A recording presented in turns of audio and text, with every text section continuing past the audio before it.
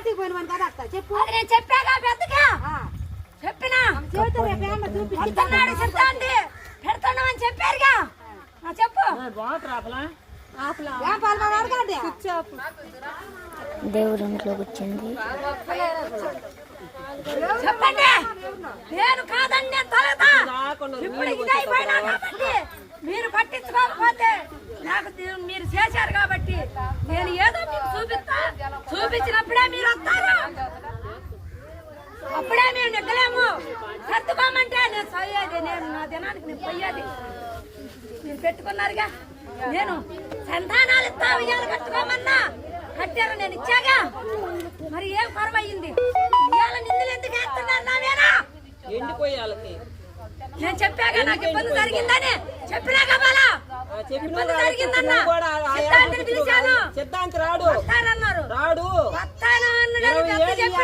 తీసుకొచ్చి నువ్వు పెట్టు కాబట్టి నువ్వే పెట్టించుకోవాలంటారు. మీరు కావాలంటేనే నేను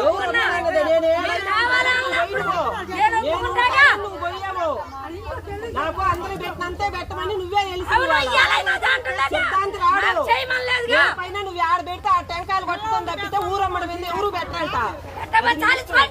గ్రామానికి దెబ్బలు కొట్టినప్పుడు కొట్టుద్ది వచ్చినప్పుడు అప్పుడే వస్తారు.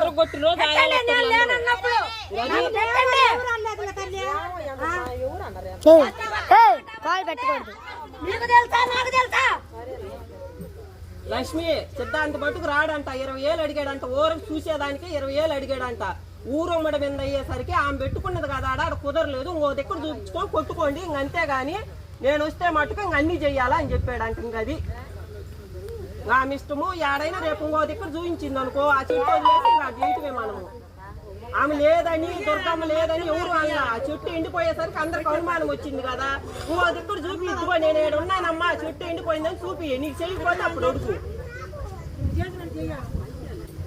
ఆయన వస్తే ఇంకా అవి చెయ్యాలంట. నువ్వు రేపు తిరణాల రోజు చూపి ఇదిగో నేను ఏడుకు వచ్చినానమ్మా చెట్టు ఎండిపోయింది కాబట్టి అని చెప్పు. నీకు అన్ని ఆడ చేస్తారు.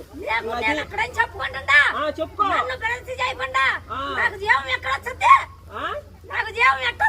ఆయాలు ఎట్టొచ్చిందా? ఈ రోజు కూడా అట్టే వచ్చింది. ఎవరా ఇయాలైనా 20 ఏళ్ళు డబ్బులు కట్టాలంట. నువ్వు అరవద్దు.